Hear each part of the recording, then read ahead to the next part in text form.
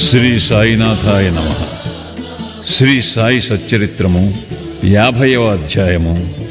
కాకాసాహెబ్ దీక్షిత్, టెంబెస్వామి, బాలారాం దురంధర్ కథలు.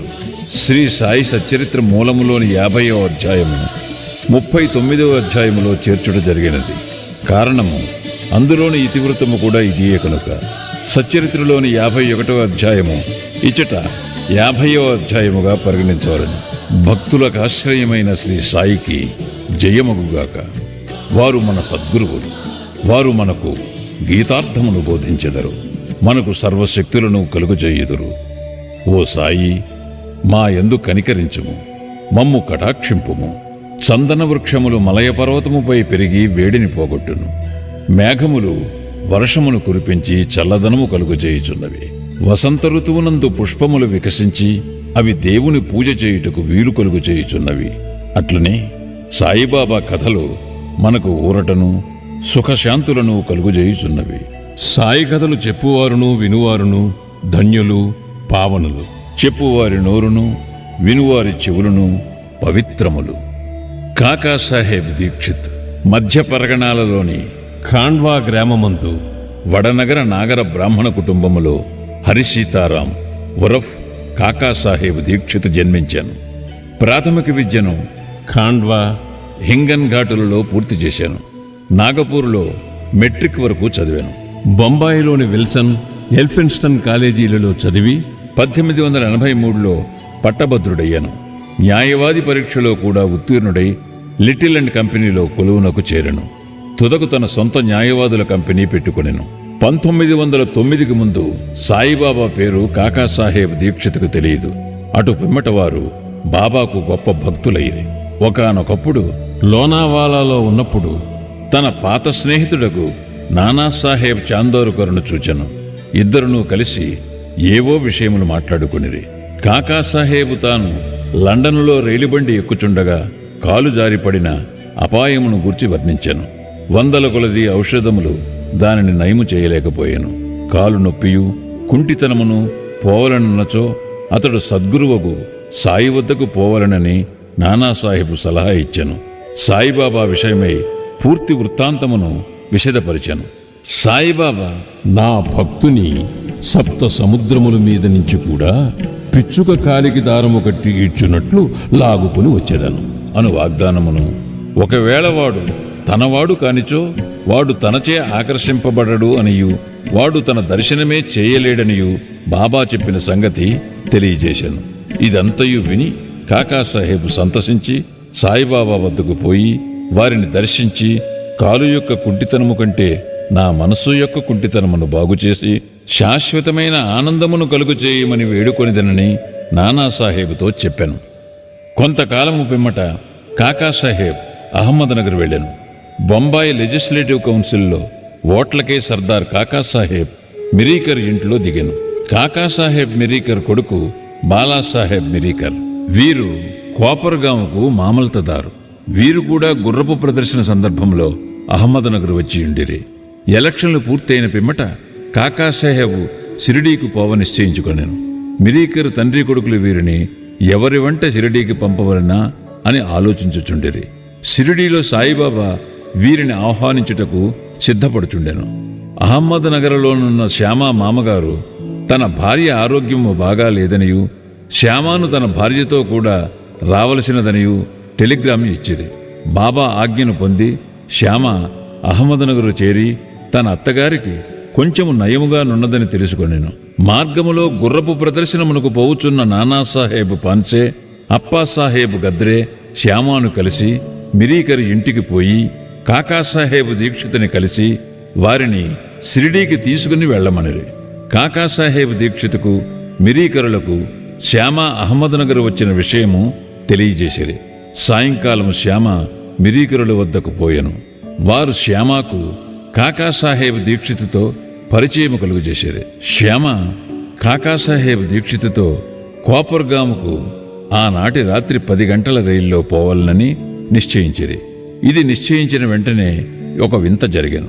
బాబా యొక్క పెద్ద పటము మీద తెరను బాలాసాహెబ్ మిరీకర్ తీసి దానిని కాకాసాహెబ్ దీక్షితుకు చూపాను. కాకాసాహెబ్ షిరిడీకి పోయి ఎవరినైతే దర్శించవలనని నిశ్చయించుకొనెనో వారే పటము రూపముగా అచ్చట తన్ను ఆశీర్వదించుటకు సిద్ధముగానున్నట్లు తెలిసి అతడు మిక్కిలి ఆశ్చర్యపడెను. ఈ పెద్ద పటము మేఘశ్యామునిది. దానిపై అద్దము పగిలినందున అతడు దానికి ఇంకొక అద్దము వేయుటకు మిరీకరుడు వద్దకు పంపెను. చేయవలసిన మరమ్మత్తు పూర్తి చేసి ఆ పటమును కాకాసాహెబ్ శ్యామాల ద్వారా షిరిడీకి పంపుటకు నిశ్చయించిరి. 10 గంటల లోపల స్టేషన్కు పోయి టిక్కెట్టు కొనిరి. బండి రాగానే సెకండ్ క్లాస్ క్రిక్కిరిసి ఉండుటచే వారికి జాగా లేకుండెను. అదృష్టవశాత్తు గార్డు కాకాసాహెబ్ స్నేహితుడు. అతడు వారిని ఫస్ట్ క్లాసులో కూర్చుండబెట్టాను. వారు సౌఖ్యముగా ప్రయాణము చేసి కోపరగాములో దిగిరి. బండి దిగగానే షిరిడీకి పోవుటకు సిద్ధముగానున్న నానాసాహెబ్ చందోర్కర్ను చూచి మిక్కిలి ఆనందించిరి. కాకాసాహెబు నానాసాహెబు కౌగులించుకొనిరి. వారు గోదావరిలో స్నానము చేసిన పిమ్మట షిరిడీకి బయలుదేరిరి. షిరిడీ చేరి బాబా దర్శనము చేయగా కాకాసాహెబు మనస్సు కరిగాను. కండ్లు ఆనంద బాష్పములచే నిండెను. అతడు ఆనందముచే పొంగి పొరలుచుండెను. బాబా కూడా వారి కొరకు తాము కనిపెట్టుకుని ఉన్నట్లును వారిని తోడ్కొని వచ్చుటకై శ్యామాను పంపినట్లును తెలియజేశాను. పిమ్మట కాకాసాహెబు బాబాతో ఎన్నో సంవత్సరములు సంతోషముగా గడిపాను. షిరిడీలో ఒక వాడాను కట్టి దానినే తన నివాస స్థలముగా చేసుకునేను. అతడు బాబా వల్ల పొందిన అనుభవములు లెక్కలేనన్ని గలవు. వాటినన్నిటినీ ఇచ్చట పేర్కొనలేము. ఈ కథను ఒక విషయముతో ముగించదము. బాబా కాకాసాహెబుతో అంత్యకాలమున నిన్ను విమానములో తీసుకుని పోయేదను అన్న వాగ్దానము సత్యమైనది. 1926వ సంవత్సరము జూలై 5వ తేదీన అతడు హేమాడ్ పంతుతో రైలు ప్రయాణము చేయుచు బాబా విషయం మాట్లాడుచు సాయిబాబా యందు మనస్సు లీనము చేశాను. ఉన్నట్లుండి తన శిరమును హేమాడ్ పంతు భుజముపై వాల్చి ఏ బాధయు లేక ఎట్టి చిగాకు పొందక ప్రాణములు విడిచాను. శ్రీ టెంబెస్వామి యోగులు ఒకరినొకరు అన్నదమ్ముల వలె ప్రేమించుకునేదరు. ఒకానొకప్పుడు శ్రీ వాసుదేవానంద సరస్వతి స్వాముల వారు అనగా టెంబెస్వామి రాజమండ్రిలో మకాం చేసేది. ఆయన గొప్ప నైష్ఠికుడు, పూర్వాచార పరాయణుడు, జ్ఞాని, దత్తాత్రేయుని యోగి భక్తుడు. నాందేడు ప్లీడరగు పుండలీకరావు వారిని చూచుటకై కొంతమంది స్నేహితులతో రాజమండ్రికి పోయాను. వారు స్వాముల వారితో మాట్లాడుచున్నప్పుడు సాయిబాబా పేరు, షిరిడీ పేరు వచ్చెను. బాబా పేరు విని స్వామి చేతులు జోడించి ఒక టెంకాయను తీసి పుండలీకరావుకిచ్చి ఇట్లనది, దీనిని నా సోదరుడు సాయికి నా ప్రణామములతో నర్పింపుము. నన్ను మరువవద్దని వేడుము. నా యందు ప్రేమ చూపుమనుము. ఆయన స్వాములు సాధారణముగా ఇతరులకు నమస్కరించరనియు, కాని బాబా విషయమున ఇది ఒక అపవాదమనియు చెప్పాను. పుండలీకరావు ఆ టెంకాయను సమాచారమును షిరిడీకి తీసుకుని పోవుటకు సమ్మతించాను. బాబాను స్వామి సోదరుడనుట సమంజసముగా నుండెను. ఏలన బాబా వలె వారును రాత్రింబవళ్ళు అగ్నిహోత్రమును వెలిగించియే యుంచిరి. 1 నెల పిమ్మట పుండలీకరావు తదితరులు షిరిడీకి టెంకాయను తీసుకుని వెళ్ళిరి. వారు మన్మాడు చేరిరి. దాహము వేయుటచే ఒక సెలయేరు కడకు పోయిరి. పరగడుపున నీళ్లు త్రాగకూడదని కారపు అటుకులు ఉపాహారము చేసేది. అవి మిక్కిలి కారముగా ఉండుటచే టెంకాయను పగులుకొట్టి దాని కోలును అందులో కలిపి అటుకులను రుచికరముగా చేసేది. దురదృష్టము కొలది ఆ కొట్టిన టెంకాయి స్వాముల వారు పుండలీకరావుకిచ్చినది. షిరిడీ చేరున్నప్పటికీ పుండలీకరావుకి ఈ విషయం జ్ఞప్తికి వచ్చాను. అతడు మిగుల విచారించాను. భయముచే వణుకుచూ సాయిబాబా వద్దకేగాను. టెంకాయ విషయము అప్పటికే సర్వజ్ఞుడకు బాబా గ్రహించాను. బాబా వెంటనే తన సోదరుడకు టెంబెస్వామి పంపించిన టెంకాయను తెమ్మనెను. పుండలీకరావు బాబా పాదములు గట్టిగా పట్టుకుని తన తప్పును అలక్ష్యమును వెలిబుచ్చుచు పశ్చాత్తాపపడుచు బాబాను క్షమాపణ వేడెను. దానికి బదులు ఇంకొక టెంకాయను సమర్పించదను అనెను. కాని బాబా అందులకు సమ్మతించలేదు. ఆ టెంకాయ విలువ సాధారణ టెంకాయకు ఎన్నో రెట్లనియు దాని విలువకు సరిపోవుదింకొకటి లేదనియు చెప్పుచూ నిరాకరించాను. ఇంకనూ బాబా ఇట్లనెను, ఆ విషయమై నీవేమాత్రమూ చింతింపనవసరము లేదు.